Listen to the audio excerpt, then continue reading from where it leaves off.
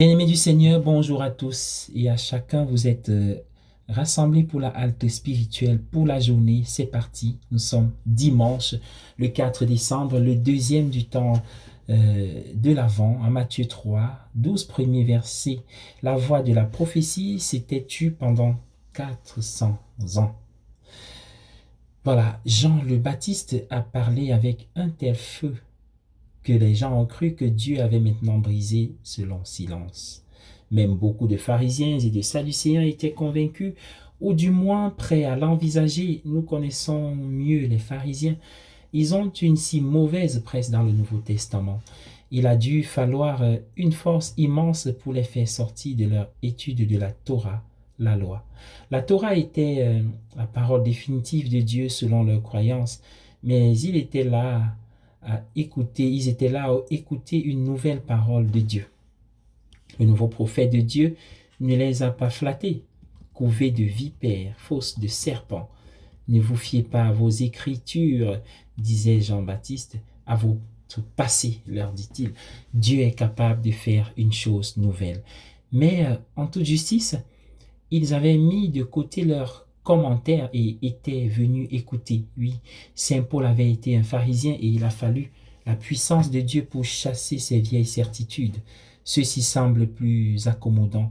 Jean aurait pu les remercier d'être venus, mais il n'a pas commencé par nous sommes réunis ici ou bienvenue à notre célébration.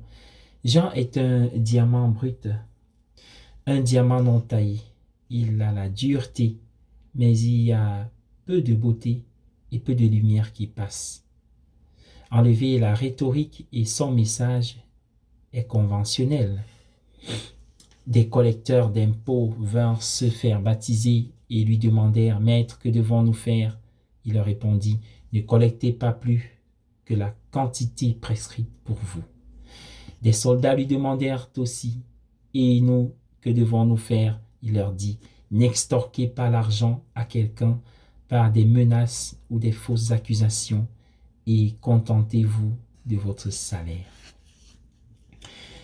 Mais il y aurait un autre diamant, un diamant immortel, à la grandeur de Jean, était qu'il le désignait. Il vous baptisera dans le saint feu de l'Esprit Saint. Lui, le diamant immortel, formé dans le creuset de la souffrance terrestre, il ne nous a pas insultés ou réprimandés. Il s'est uni à nous.